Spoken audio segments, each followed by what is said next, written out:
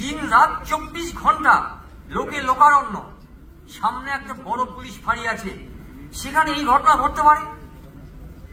একটা মেডিকেল প্রশাসনের চক্ষু এড়িয়ে এরকম একটা জঘন্য নারকীয় পাশবিক ঘটনা ঘটতে পারে? Can anybody imagine this? এটা কিন্তু অন্য জায়গা হলে আমরা বলতাম, এই ঘটনা যদি সোনাগাছিতে ঘটতো আমরা বলতাম এটা হতেই পারে, কিন্তু এই ঘটনা আরজিকরের মতো জায়গা হতে পারে না। আরজিকর থেকে নজর ঘোরাতেই কি শেষ পর্যন্ত সফট টার্গেট পঙ্কজ দত্ত? কার কথা বলছি আপনারা বুঝতেই পাচ্ছেন, যার বক্তৃতা এতক্ষণ শুনছিলেন। ডিরোজিও হলে আরজিকর কাণ্ড নিয়ে প্রতিবাদ করতে গিয়েছিলেন বহু সমাজের বিশিষ্ট নাগরিকরা। পঙ্কজবাবু তার মধ্যে ছিলেন, দীপ্তেন্দ্র সরকার ছিলেন। পঙ্কজবাবু ডিরোজিও হলে সম্ভবত 16ই সেপ্টেম্বর যে বক্তব্যটা রেখেছিলেন, সেই বক্তব্যের একটা ছোট্ট অংশ দিয়ে আজকে এই প্রতিবেদন শুরু করলাম।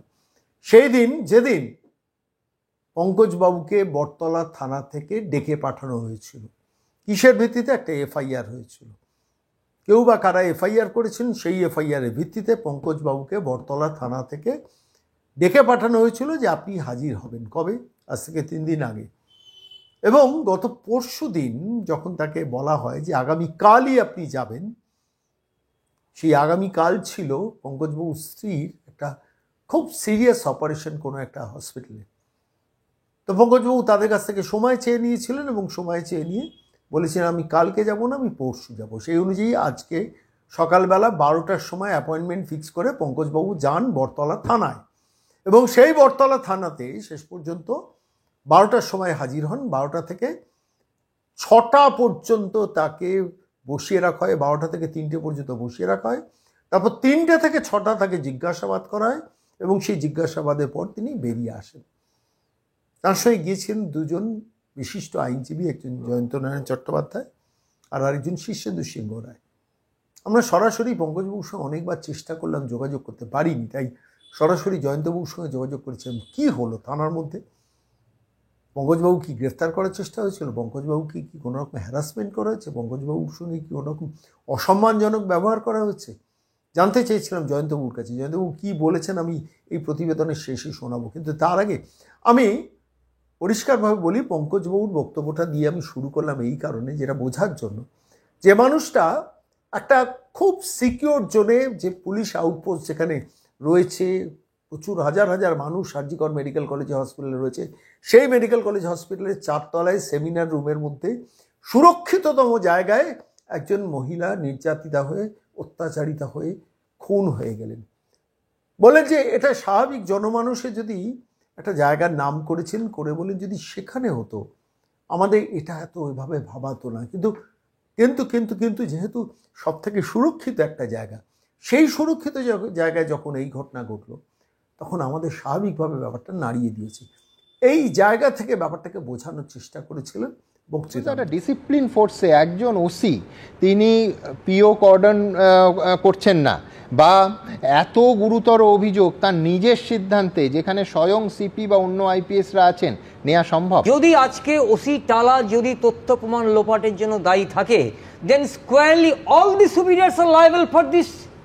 স্যার আপনি কেন এটা ব্রাশাসাইড করতে পারছেন না অ্যাবাউট দ্য রোল? তাহলে সিবিআই যখন আজকে অভিজিৎ মণ্ডলকে ইমপ্লিকেট করে তাকে অ্যারেস্ট করেছে, তাহলে CBI is two proceed accordingly to the top. তাকে প্রমাণ করতে হবে যে ইয়েস তথ্য প্রমাণ লোপাট হয়েছে, এবং তাতে কিন্তু পিরামিডাল স্ট্রাকচারে কিন্তু আপনার টপ ম্যান অব্দি কিন্তু এর মধ্যে ইনভলভ, কারণ ওই যে কমান্ড স্ট্রাকচার থেকে কিন্তু অর্ডার না এলে ওসি কিন্তু কিচ্ছু করতে পারবে না। ঠিক এরপরই আমরা যা লক্ষ্য করলাম কি, তার দু একদিনের মধ্যেই কলকাতা টিভি তার স্বভাবসিদ্ধ ঢঙে তারা একটা অনুষ্ঠান শুরু করে দিলেন, এবং সেই অনুষ্ঠানে বলা হলো যে পঙ্কজবাবু আপনি আমাদের লজ্জা, আপনি একটি নির্দিষ্ট এলাকার নাম বলেছেন, কেন নাম বলেছেন, হ্যান ত্যান যা। এবং সেখানে একজন সাংবাদিক, তিনি আবার প্রাক্তন সাংবাদিক, তিনি আবার বলেন পঙ্কজবাবুর বিরুদ্ধে এক্ষুনি এফআইআর করা উচিত।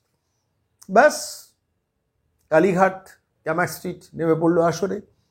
2 তথাকথিত সোকল সাংবাদিক তারা বলেছেন এটার বিরুদ্ধে, পঙ্কজবাবুর বিরুদ্ধে এফআইআর হওয়া উচিত।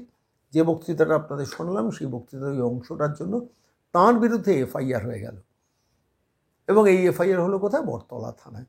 সেই বটতলা থানায় এফআইআরের ভিত্তিতে শেষ পর্যন্ত তার ডাক পড়ল এবং তিনি গেলেন।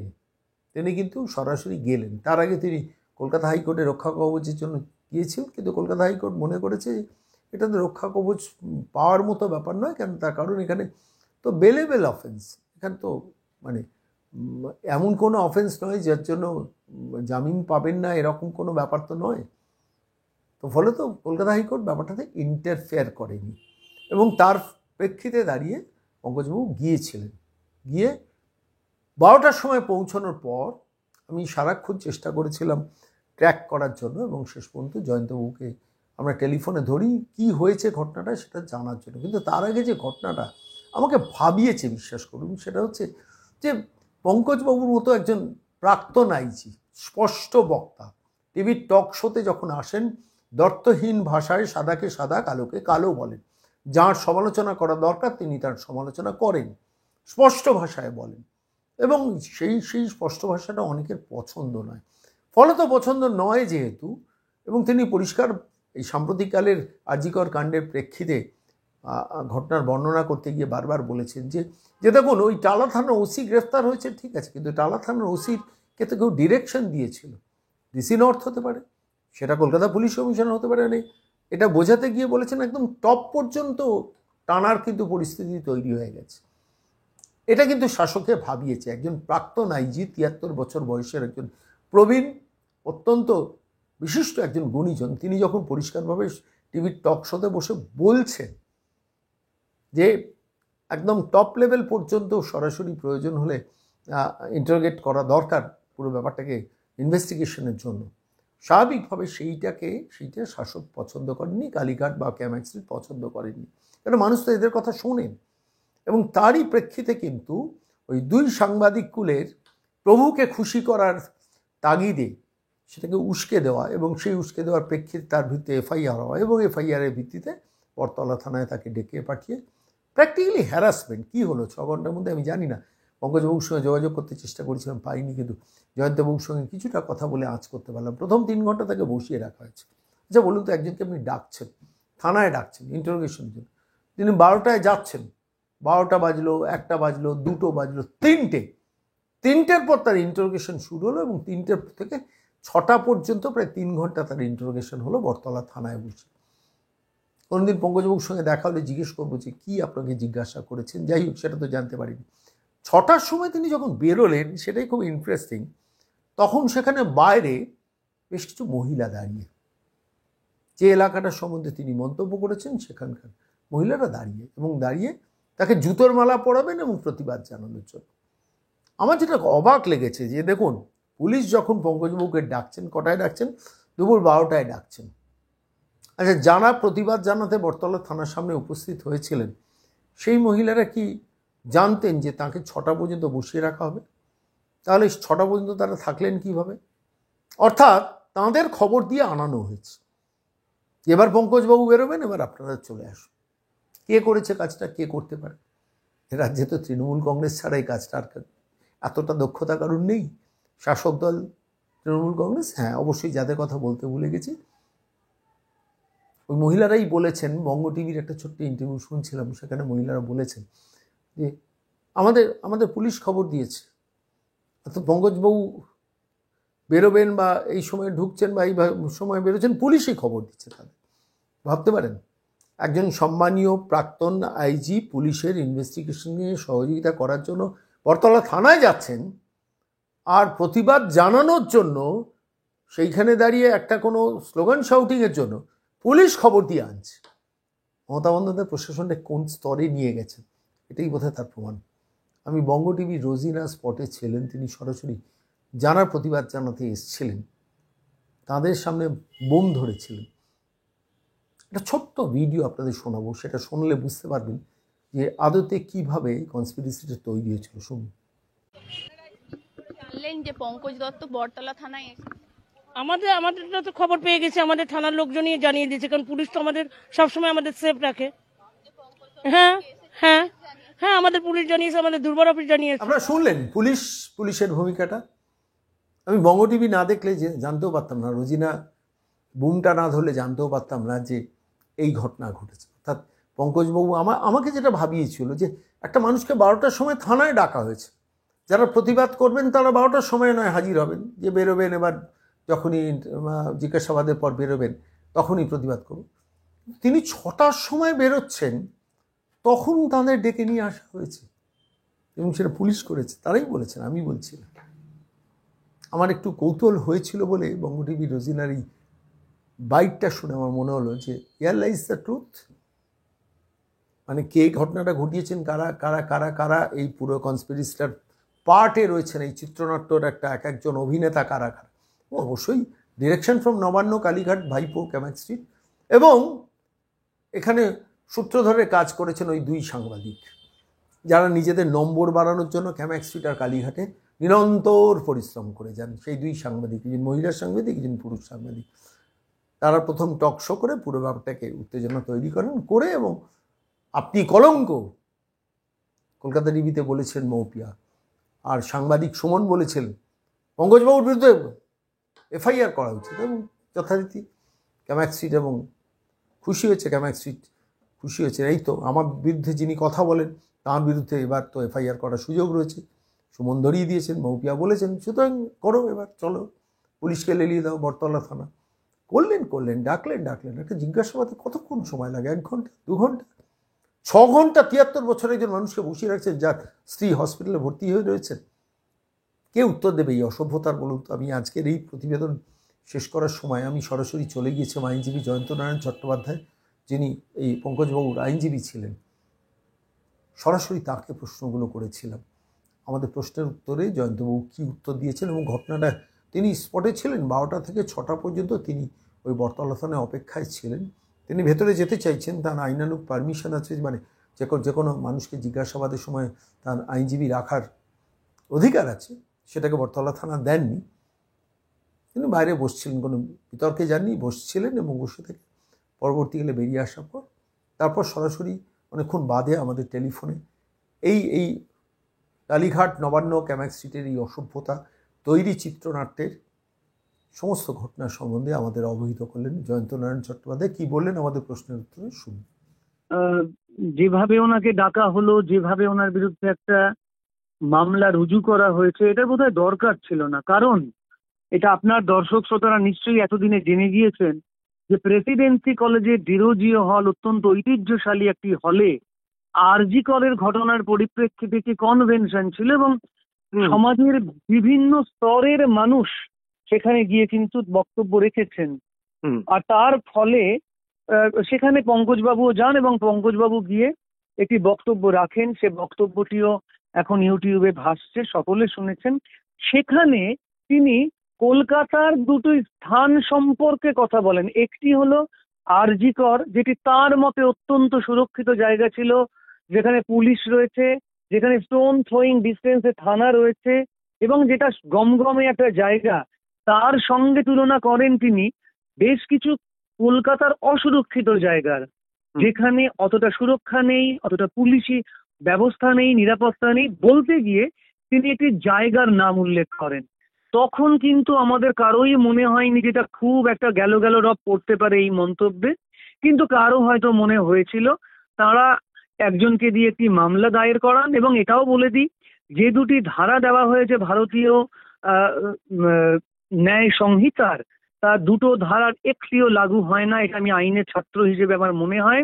তা সত্ত্বেও কিন্তু মহামান্য বিচারপতি রাজর্ষি ভরদ্বাজের ঘরে যখন মামলা করি, তিনি প্রাইমা ফেসি বলেন যেটি যেহেতু জামিনযোগ্য, যারা অনেকেই কিন্তু বলছেন উনি নাকি গ্রেপ্তার হতে পারেন, তারা ভুল বলছেন, এটা জেনে রাখা প্রয়োজন। জামিনযোগ্য যে 2টো ধারা দেওয়া রয়েছে, এখানে তোমরা হ্যারাসমেন্টের ভয় কেন পাচ্ছ? তোমরা যদি তদন্তে সহযোগিতা করতে পারো, আমি এতে আলাদা করে কিন্তু ইন্টারফেয়ার করব না, যেহেতু জামিনযোগ্য ধারা, এটা বলা প্রয়োজন। তারপরে পুলিশ আসেন, এবং পুলিশ তাকে একটি নোটিশ দেন গতকালকে যাবার জন্য। গতকাল ওনার স্ত্রীর একটি গুরুতর অপারেশন হয়, তিনি পুলিশের কাছ থেকে সময় চেয়ে নেন, এবং তিনি আজকে বেলা 12টায় অ্যাপয়েন্টমেন্ট ফিক্স করেন। আমি আবার বলছি, আজকে বেলা 12টায় অ্যাপয়েন্টমেন্ট ফিক্স করা হয় পুলিশের সম্মতিতে, যেহেতু গতকাল ওনার স্ত্রীর একটি গুরুতর অপারেশন হয় কলকাতার একটি নামী হাসপাতালে। তারপর উনি আমাদের নিয়ে আজকে যান, এবং প্রথম 3 ঘন্টা বা 2.5-3 ঘন্টা তো আমরা আইওকে দেখিনি, তিনি অন্য জায়গায় অন্য কাজে ব্যস্ত ছিলেন। তারপরে তিনি আসেন, এবং তারপর তার তাকে তার স্টেটমেন্ট নেওয়া শুরু হয়।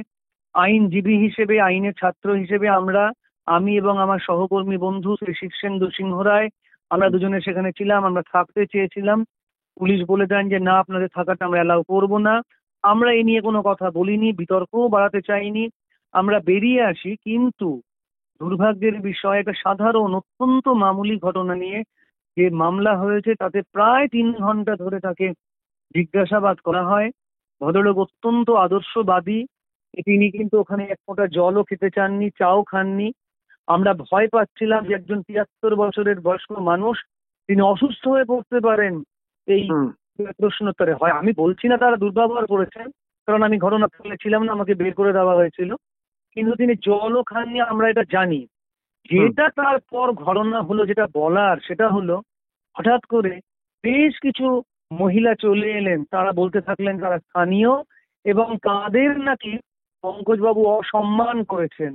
পঙ্কজবাবু কি বলেছেন তারা জানেনও না। আমি তখন তাদের জিজ্ঞাসা করলাম, আপনারা কি জানেন পঙ্কজবাবু কি বলেছেন? ওনারা বললেন যে না, ওনারা মিডিয়াতে শুনে বা অন্যের কাছ থেকে শুনে চলে এসেছেন। তারপর আরো কিছু মন্তব্য করলেন, সেটা হয়তো আপনি অন্য কোনো জায়গা থেকে, ইউটিউব কোনো ভিডিও থেকে দেখাবেন।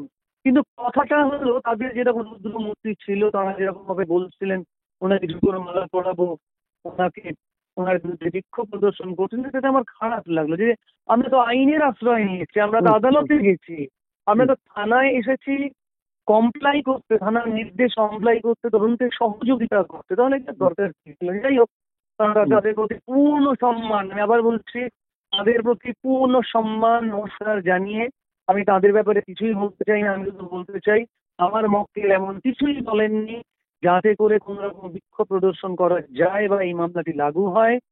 তবু তিনি তদন্তে সহযোগিতা করেছেন। আজকে 6 ঘন্টা তিনি থানায় ছিলেন। আমার ধারণা যা যা জিজ্ঞাসা করা হয়েছে। তবে আগামী 20 তারিখ তাকে আবার ডাকা হয়েছে। যে ইউটিউবে যে ভিডিও আসছে ওনার বক্তব্যে, সেই বক্তব্যের ভিডিওটি নিয়ে যেতে হবে। ওনাকে একটা এক্সপ্লানেশন লেটারও দিতে বলা হয়েছে। আমার মক্কেল কিন্তু সম্পূর্ণ সহযোগিতা করতে প্রস্তুত আছেন। তবে আমার যেটা খারাপ লাগলো, একজন প্রাক্তন আইজি 6 ঘন্টা তিনি বসে রয়েছেন। পুলিশ তদন্ত করছে, নিশ্চয়ই তদন্ত করবে। আমরা তদন্তে পূর্ণ সহযোগিতা করব। আমরা আইন মেনে চলতে ভালোবাসি। আমার মক্কেল একজন ল অ্যাবাইডিং সিটিজেন। তিনি বলেইছেন তিনি আইন সহযোগিতা করবেন, আইনকে তদন্তে সহযোগিতা করবেন। তাই তিনি গেছেন আজকে এবং তিনি ভবিষ্যতে ডাকলে আবারও যাবেন। না, প্রশ্নটা এখানে আমার 2-3টে প্রশ্ন দেখা দিয়েছে। 1 নম্বর প্রশ্ন, আপনি সারাক্ষণ প্রায় 6 ঘন্টায় ছিলেন বলছেন। প্রশ্নটা হলো যে দেখুন, 12টার সময় তাকে ডাকা হয়েছে। এবার আমি একটা ভিডিওতে দেখছিলাম, যে বঙ্গ টিভিতেই দেখছিলাম, যে 6টার সময় যখন পঙ্কজবাবু বেরোচ্ছেন তখনও পর্যন্ত হাতে জুতোর মালা নিয়ে কিছু লোককে দাঁড় করিয়ে রাখা হয়েছিল।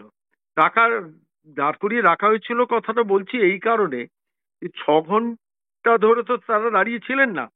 নিশ্চিতভাবে কোনো একটা জায়গা থেকে খবর দেওয়া হচ্ছিল যে এইবার পঙ্কজবাবু বেরোবেন, আর পঙ্কজবাবু বেরোবার সময় তোমরা বিক্ষোভ প্রদর্শন করো। এটা না করলে তো এটা সম্ভব নয়। আমার এই যুক্তিবোধটা কি ঠিক না ভুল, আপনি কি বলেন? দেখুন, আমি তো আইনের ছাত্র, আমি ওভাবে সরাসরি কিছু বলতে চাই না। আমি আমার মক্কেল সম্পর্কে শুধু এটুকু বলতে চাই, তিনি এমন কিছু বলেনি যাতে করে তাকে এই ধরনের বিক্ষোভ সেটা তো ঠিক, সেটা কোনো প্রশ্নই ওঠে না। তবে এটা ঠিক আপনি যা বললেন, যে একটা কোথাও যেন একটা ইঙ্গিত তো যাচ্ছে। আর তাছাড়া বঙ্গ টিভির ওই ভিডিওটা আমিও দেখছিলাম, সেখানে কিন্তু কেউ কেউ বলছেন যে তাদের খবর দিয়ে আনা হয়েছে। এখন কারা খবর দিয়েছে আমি জানি না। তারা বলছেন যে পুলিশের থেকে জানানো হয়েছে আমাদের। আমি ভিডিওতে শুনেই আপনাকে বলছি। আমিও তাই শুনেছি। দেখুন, আপনি আইনজীবী, আপনার মক্কেল পঙ্কজবাবু, আপনি 12টার আগে গেছেন, যতক্ষণ না বেরিয়েছেন ততক্ষণ পর্যন্ত আপনি অপেক্ষা করেছেন। সেটা একটা তার একটা যুক্তি আছে। তো কিন্তু প্রশ্নটা হলো যে 6টার সময় পঙ্কজবাবু যখন বেরোচ্ছেন তখনও তো ওরা ছিলেন। ছিলেন তো তাহলে 6 ঘন্টা ধরে তো আর ওরা বসেছিলেন না। আমার ধারণা নানা খবর পেয়ে টাইম টু টাইম এসছেন যে এবার পঙ্কজবাবু বেরোবেন, এবার আমরা জুতোর মালা পরাবো, কিংবা এবার আমরা প্রতিবাদ করব। এটা তো একটা ওয়েল ড্রাফটেড চিত্রনাট্য আমার কাছে মনে হয়েছে, পরিষ্কারভাবে বলছি। যে দেখুন, পঙ্কজবাবুর কথাতে কোথাও এদের সম্বন্ধে কোনো অসম্মান ছিল না, একদম একেবারেই অসম্মান নেই, একদম। আমি একেবারেই বারবার নেই। এই কথাটা বলছি যে কোনো অসম্মান ছিল না। তিনি না। ওই প্লেস অফ অকারেন্সের যে ঘটনাটা, সিকিউর জোন এবং ইনসিকিউর জোনের তফাৎটা টানতে চাইছিলেন, সেইটাকে ঘুরিয়ে এই অসভ্যতাটা করা হলো। এটা অসভ্যতা, সরকারি লেভেলের অসভ্যতা। তার বিরুদ্ধে এফআইআর করানো হয়েছে। এটা আমার নিশ্চিতভাবে বিশ্বাস মনে হয়েছে যে একটি নির্দিষ্ট মিডিয়া চ্যানেলে তার সঞ্চালিকা এবং আরেকজন সাংবাদিক বেশি ভদ্রলোক, তারা বসে বসে এফআইআর হওয়া উচিত, এফআইআর হওয়া উচিত বলেছেন, এবং তারপরেই দেখলাম এফআইআর হলো। এবং এফআইআর হওয়ার পর 73 বছরের বৃদ্ধ আইজিকে থানায় 6 ঘন্টা বসিয়ে রাখা হলো। খুব প্যাথেটিক জয়ন্তবাবু। মানে আমি জানি না আমরা কোথায় করছি। পুলিশ না, আমার নিজের খুব খারাপ লেগেছে। আমি আইনের ছাত্র, আমার মক্কেল যদি উনি নাও হতেন তাহলেও আমি বলতাম এটার দরকার ছিল না। সাধারণ মানুষ দেখুন, যে অভিযোগই আসুক না কেন 6 ঘন্টা ধরে কাউকে জেরা করার প্রয়োজন হয় না। একদম 26 বছর ওকালতি আমিও করছি, কিন্তু এটার কোনো প্রয়োজন ছিল? আজকে ভেবে দেখুন, উনি ওনার মনের জোর ছিল বলে 6 ঘন্টা ধরে উনি এক ফোঁটা জল না খেয়ে, সেইটাই। চা না খেয়ে উনি বসেছিলেন। সাধারণ মানুষ হলে তার কি অবস্থা হতো সেটা কিন্তু আমি ভাবছি। তবে আজকে যদি পঙ্কজবাবু অসুস্থ হয়ে পড়তেন বটতলা থানায়, কি হতো বলুন তো? সিচুয়েশনটা, তার স্ত্রী হসপিটালে ভর্তি, তার সিরিয়াস অপারেশন হয়েছে। আমি এগুলো ভাবছিলাম, আমার মনে যন্ত্রণা পাচ্ছিলাম। তার স্ত্রী কিন্তু অত্যন্ত অসুস্থ এবং কলকাতার একটি নামী নার্সিং হোমে তার অপারেশন হয়েছে। তার সেই কারণে তিনি কিন্তু আরো দেরি করে আসবার কথা বলতে পারতেন, তা না করে তিনি একদিন সময় চেয়েছিলেন, একদিন। গতকালকে ওনাকে ডাকা হয়েছিল, উনি আজকে বলেছিলেন 12টার সময় যাবেন। একদিন মাত্র সময় চেয়ে নিয়েছেন, 1 মাস নন, 1 বছর নয়, 1 সপ্তাহ নয়, একদিন পরে তিনি গেলেন। আর তারপরে দেখুন, বাকি যা হলো তা কিন্তু কাম্য ছিল না। এটা তো একজন একজন আদর্শবাদী মানুষ, তিনি হয়তো সত্যি কথা বলেন, তার সত্য কথা বলা হয়তো সবার ভালো লাগে না, কিন্তু তার এটা কাম্য ছিল না। সাধারণ মানুষ যারা আপনার অনুষ্ঠান দেখবেন ও শুনবেন তারা নিশ্চয়ই এটা বুঝতে পারবেন। এ তো স্পষ্ট হয়ে গেছে, ক্রমশ স্পষ্ট হচ্ছে, আরো স্পষ্ট হলো আজকে যা ঘটনাটা ঘটলো। অনেক ধন্যবাদ জয়ন্তবাবু সঙ্গে থাকার জন্য। ধন্যবাদ আপনাকে। নমস্কার, নমস্কার।